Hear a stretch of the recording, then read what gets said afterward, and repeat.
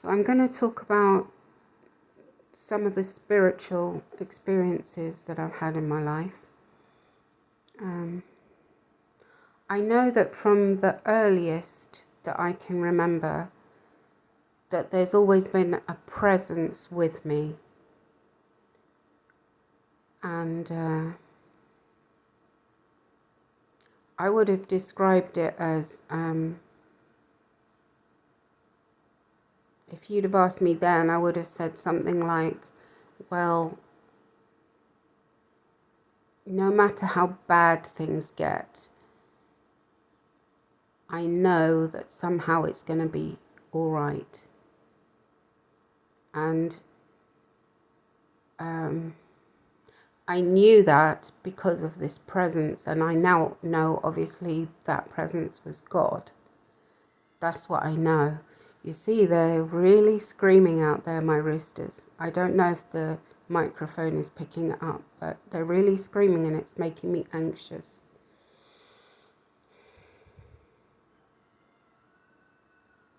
There's absolutely no reason for it.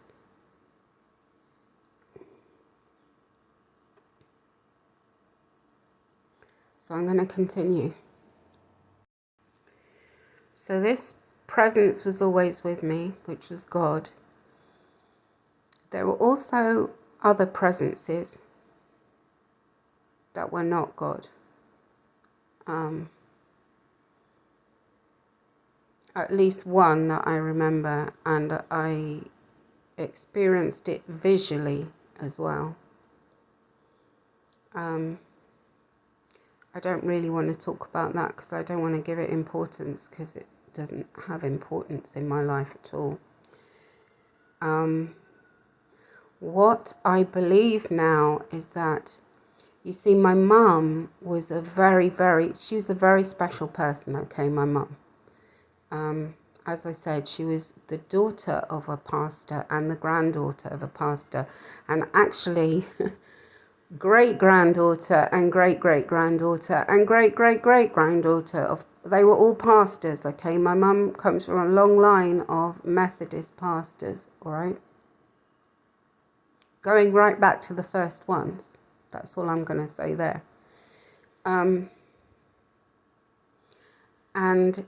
the reason she was born in Argentina is that her mother was a missionary's daughter. And her father, as a missionary, went to Argentina, and they were an American family, okay? So actually my ancestors are American, and I want to say that because the gang stalkers have been telling people that I'm German or something. I don't know what that's about, but there have been some very strange people. I mean, it's I laugh because it's just ridiculous. They've been somehow trying to make me admit that I'm German, and I'm not German. Okay, I'm just not German. I'm sorry.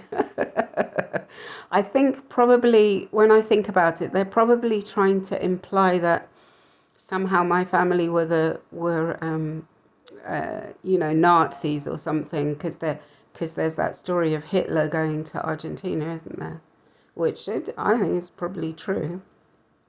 But that's not the case with me.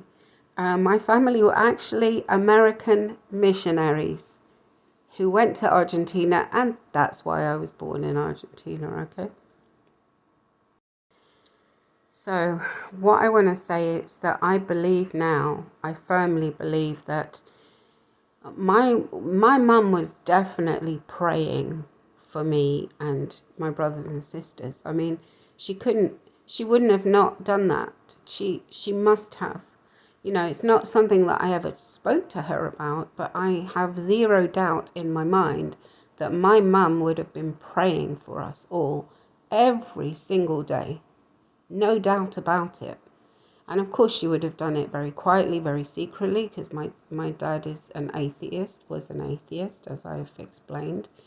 And I now believe that that's probably what protected me And here's the thing, the gang stalking started overtly, like when they made me notice it, was the year 2011, which was the year my mother died. Okay. So that, I really believe that that's got something to do with it there. I was under her protection because she was a very highly spiritual person, and actually her father, my grandfather, who was a pastor, he was a very, very spiritual person as well. So I think I was protected by them, really. And I want to say that now, in this situation I am now, I have had spiritual experiences, which I will talk about. But my ancestors, at least some of them, are here with me. I don't care if you believe me or you don't believe me, but I perceive them. They are here. And certain family members are here. And even one time I had a family member appear to me so that I could see her. I think I'm going to talk about this in a sequence, in a proper timeline maybe. So in 2011 my mum died, and as I said, I've always had God with me. I just wouldn't have probably known that was God, whereas now I do. But also what I want to say is that all the times in my life when what they did, you see, was because they were traumatizing me in order to mind control me. So they would periodically have to do some horrible trauma, and they did. And I'm not going to talk about those because that's not what's relevant here. But what I want to say is that every time they did that, that took me further away from God. It occulted God somehow. God's always there, but occulted my ability to feel Him. I think that's really what I'm saying. And I think that's true for everybody, And I think that's why they do it too, So then as I grew up, I became more interested in things like meditation, and I liked to read the religious books of different religions. It was something I liked to do. For example, the Bhagavad Gita, the I Ching, sorry, not the I Ching, the Tao Te Ching, Lao Tzu, the Tao Te Ching. The Quran. I haven't read all of it. I'll be honest, I've got to be really careful what I say here. I didn't find it very helpful for me personally. Just the first few passages that you read, to me, this is just my opinion here, sounded very, very aggressive. And that didn't sound very spiritual to me, okay? Whereas the Tao Te Ching, you can almost feel the spirituality, coming off the pages, darkness within darkness, well, go read it. You'll know what I mean if you go read it. Anyway, but I was interested. I was also interested in like the Amish, the Quakers, the Baha'i. And the reason I was interested in those people is that they were famous. They're famous for being completely pacifist, aren't they? They're peaceful. They don't fight with anyone. And that was interesting to me. Also, also Buddhism. I had a friend who was Buddhist, and she taught me how to pray. Not, I don't think they call it praying. Do the chanting. Nam Myoho Renge Kyo, Nam Myoho Renge Kyo, that one. So, I investigated all different kinds of religions, okay, because it fascinated me. And I didn't see a conflict at all because to me, well, not to me, but I know there's only one God. That's it, period. There's only one God. So by logic, everyone must be talking about the same one. Okay? And we don't really need to fight about this, do we? This just seems very, very obvious to me, but somehow it doesn't seem to be obvious to other people. I don't know. So I got very heavily into meditation, and I was with a group, with a master, and my master was called John, and he was a wonderful man. That's all I've got to say. He's a wonderful man, and definitely very spiritual, and he was Irish, and I don't know that I can't tell you why, but all my life I've had a thing about Irish people. There's just, they can do no wrong in my eyes, okay? The Irish, I love the Irish. I've always loved the Irish. I think possibly because my best friend's mum was Irish, and she was just the nicest person that I'd ever met, really. So maybe that was it, but I'd also been to Ireland. I'd been to Ireland as a teenager, as a young teenager, with my friend. We went to stay with her uncle in Dublin. And you see, my heart warms even as I think about it, because there's something about the Irish people. They're from the heart, They are. They're from the heart. They're genuine. They're friendly, they're kind, they're sociable, they tick all the boxes, really. They do. So then I guess the significant events were, and I can't actually remember which way round it was now. But when I was a flight attendant with British Airways, just one time I went to Israel, to Jerusalem. That was the only time that I ever got that flight. But I definitely made the most of it, and I had the best crew ever. I was working with a girl called Margie, who was... she lived near my dad. Like, she lived in Brighton. It was quite near where my dad used to live. So I don't know why that's relevant. Oh, what's relevant is that her house, she was showing photos of her house. This is why it's relevant.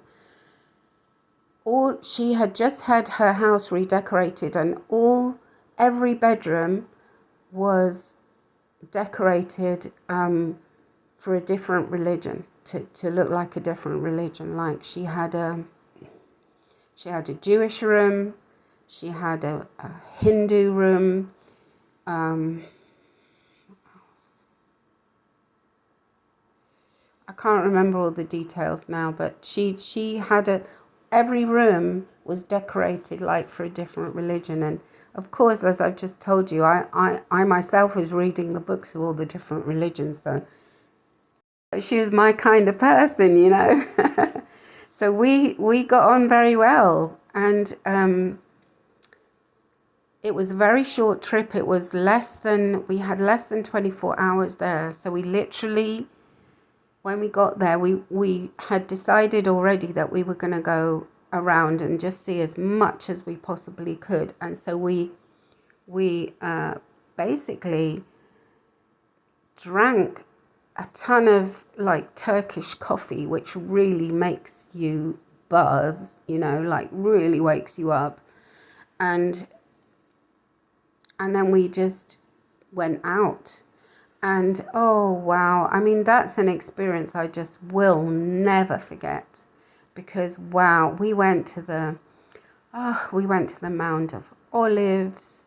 I touched one of the olive trees and kind of imagined, could this be the one that Jesus was sitting under, the night before, when, it's all quite emotional. Okay. It's quite emotional just thinking about it. We went everywhere. We went along the Via Dolorosa.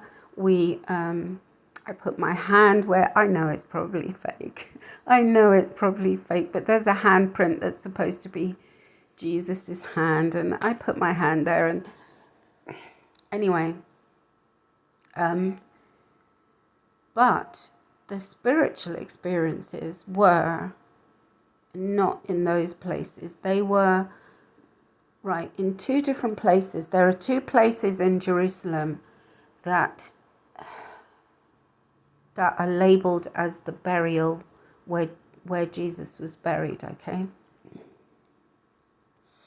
And I'm sorry if I'm alternating between saying Jesus and Yeshua. The thing is that all my life I've called him Jesus, and only recently I've discovered that his name was actually Yeshua. And I have prayed and I've asked, can you tell me actually what your name is, or what you'd like me to call you, because I don't want to get it wrong, And there's no reply. It's like, call me what you want, it doesn't matter. Just call me with your heart, kind of thing, I think that's it.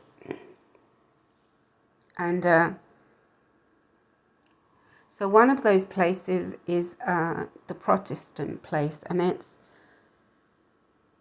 it's in a garden. And I do remember from the Bible. As I understand it, look, I haven't read the Bible completely, all right? I sometimes start listening and then stop, start listening, the Bible, a little piece every day, and I never get to the end, all right? That just full disclosure here. I'm not an expert, but I do remember from Sunday school, I remember the story that it was Joseph of Arimathea who asked to take Jesus's body and put him in his own. He actually put him in a place that he had prepared for himself. I believe that's what he did. And so I think that's the place I'm talking about here. It's a garden, a walled garden. And what's extraordinary is, Jerusalem is actually quite a noisy city. There's a big main road right next to this garden, car honking and all that. But when you step in, there's a sense of peace. Again, my roosters, they do not want me telling these stories. My goodness. There's a real sense of peace as you walk in there. There really is. And then in the actual area that is dug out of a rock, exactly as it says in the Bible, and there's a circular stone outside. Now, I don't know if that's the original millstone. I don't know. And that was not the way I thought it was. You see, when I understood it was a round stone, like a boulder, like a sphere,